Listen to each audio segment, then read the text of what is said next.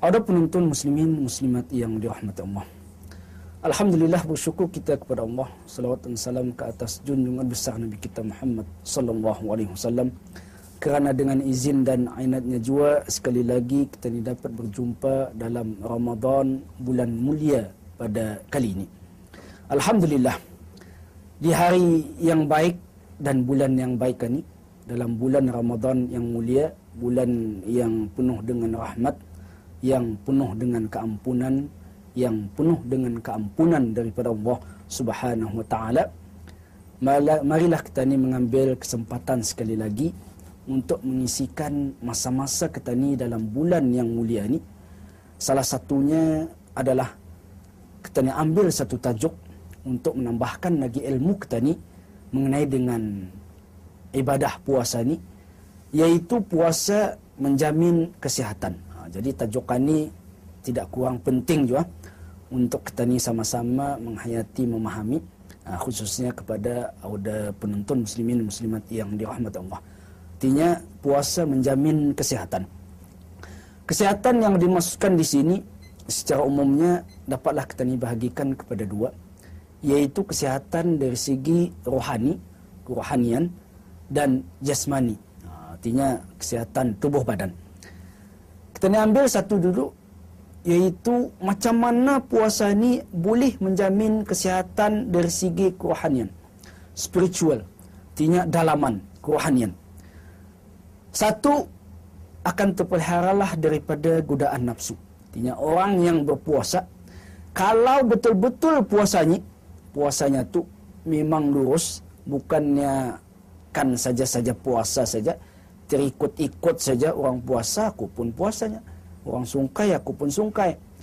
Jadi benar-benar ia berpuasa kerana Allah Subhanahu wa taala, di samping adab-adabnya tu dijaganya, dipeliharanya, insya-Allah akan terpeliharalah ia daripada godaan nafsu syaitan.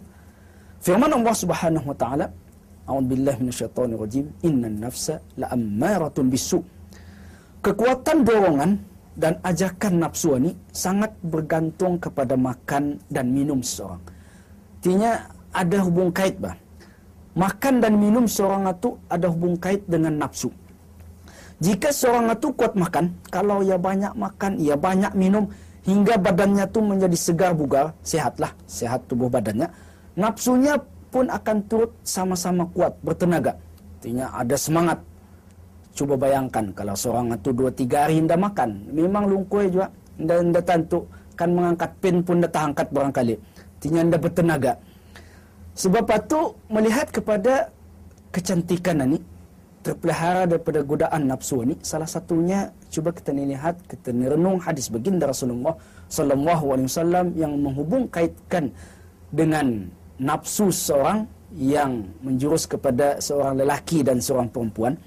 Hai pemuda-pemudanya, jika kamu tidak mampu untuk berkahwin, kalau kamunya tidak mampu untuk berkahwin, maka hendaklah kamu berpuasa. Kerana berpuasa itunya dapat melemahkan hawa nafsu sebagai perisai. Artinya katakanlah, seorang pemuda yang kuat makan minumnya, tenaganya, nafsunya pun kuat, payah sedikit. Melihat perempuan pun bini-bini dah dapat, sedikit saja sudah ada tertimbul segala-gala. Jadi puasa adalah salah satu ubat yang mujarab. Sebab ia telah digambarkan oleh baginda Rasulullah sallallahu alaihi wasallam. Sebab puasa itu adalah perisai, pendinding daripada godaan hawa nafsu syaitan. Yang kedua, terpelihara daripada kejahatan syaitan. Syaitan dan hawa nafsu ini saling berkait rapat, serangkai. Artinya ibarat apa, macam kalaunya Piramli, irama dan lagu tidak boleh dipisahkan. Artinya dua-dua ni ada berkait rapat, syaitan dan godaan hawa nafsu. Ianya bekerjasama untuk mengajak manusia kepada kejahatan. Tetapi syaitannya tidak akan dapat menghasut manusia kalau ia tidak dapat meniti di atas hawa nafsu. Jadi hawa nafsu ini salah satunya jalannya adalah saluran darah manusia. Sebab itu baginda Rasulullah sallallahu alaihi wasallam ada bersabda, "Inna syaitananya la yajri min ibni Adam majrad dam, fadayyiqu majariyahu bilju." Sesungguhnya syaitan itunya akan berjalan di dalam batang tubuh anak Adam, dalam badan anak Adam, tempat-tempat perjalanan darah. Artinya lalunya syaitan ini salah satu caranya adalah tempat pengaliran darah manusia. Jadi sempitkanlah ia, artinya halanglah ia dengan berlapar. Artinya perjalanannya tu dengan berlapar. Salah satunya ialah dengan berpuasa. Jadi ini salah satu cara untuk mengelakkan seorang itu terpelihara daripada kejahatan syaitan. Dan seterusnya terpelihara daripada kejahatan batin. Artinya sifat-sifat yang mazmumah. Hasad, dengki kah, pemarah kah, sikit saja marah, sikit saja marah. Dah ada. Artinya macam apa perbuatannya tu seolah-olah macam semula jadi banyak kepada perkara-perkara yang jahat, dendam, artinya sombong dan sebagainya. Jadi kejahatan ini adalah merupakan bisikan syaitan. Harus kita ni tahu kejahatan adalah bisikan syaitan. Sebab itulah ada penonton muslimin muslimat yang dirahmati Allah.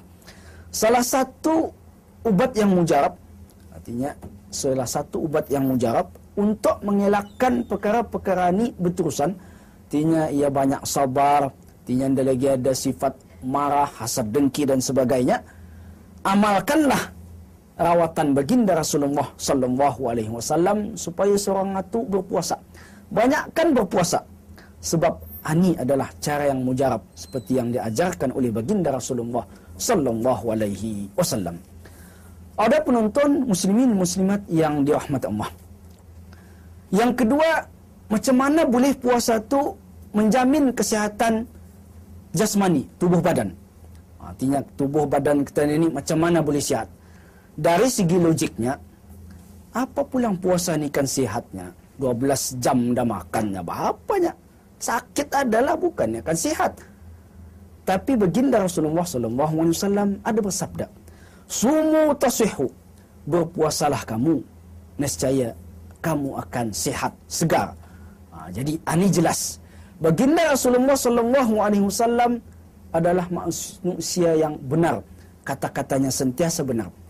Yang indah sihat adalah puasanya tu yang salah. Puasa tu yang salah, bukannya baginda Rasulullah sallallahu alaihi wasallam.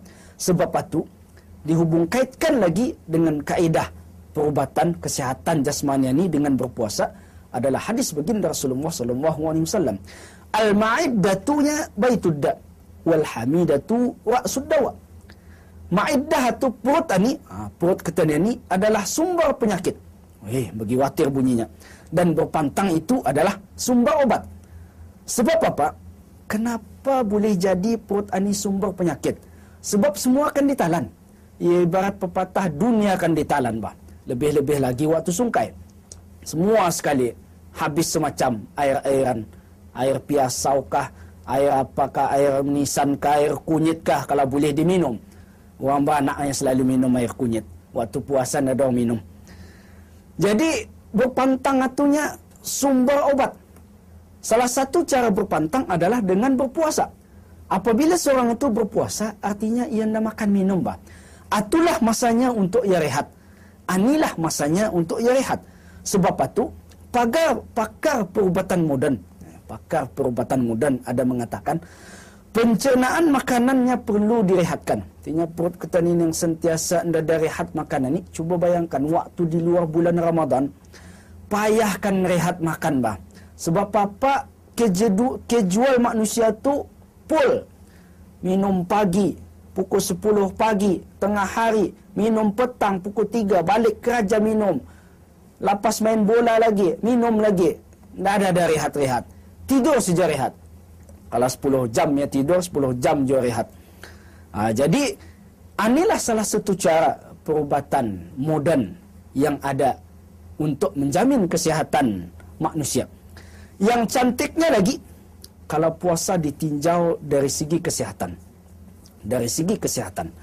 Beberapa pendapat kesihatan, pakar kesihatan, baik timur maupun baratnya, ada menceritakan mengenai dengan perkara ini. Dr. Abdul Aziz Ismail, puasanya merupakan satu-satunya ubat yang dapat mengatasi penyakit gangguan usus yang berpanjangan dan untuk mengatasi kesan yang ditimbulkan oleh minuman keras.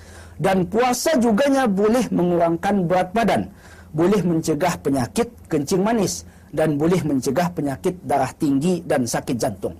Dan Dr. Muhammad Al-Zakhawari, pakar kulit Universiti Kairo, Mesir, ada mengatakan beliau sering menghubung-kaitkannya penelitiannya hubungan antara makanan dan kulit. Puasanya dapat mengelakkan penyakit kulit, sakit paru-paru. Dan Dr. McPadden, pakar kesihatan di Amerika, nah ini cantik nih, boleh memberikan kesembuhan mengenai dengan penyakit perut dan penyakit paru-paru. Dan Dr. Alexel Carrel, puasanya dapat mencegah kemandulan. Wih, ini baru mujarab nih. Kalau yang batah-batah belum lagi usul-usulnya ada rezeki kurniaan Allah Subhanahu Wa Taala tu, amalkan teori ini. Sebab teori ini pernah dipraktikkan oleh masyarakat Jepun akhir tahun 80-an dan hasilnya adalah memuaskan. Sebab kebanyakan makanan itunya dapat menghilangkan fungsi tubuh yang dapat menghasilkan zat yang dapat berfungsinya untuk melanjutkan keturunan manusia. Zat ininya akan dapat dibentuk dengan mengurangkan makan dan minum.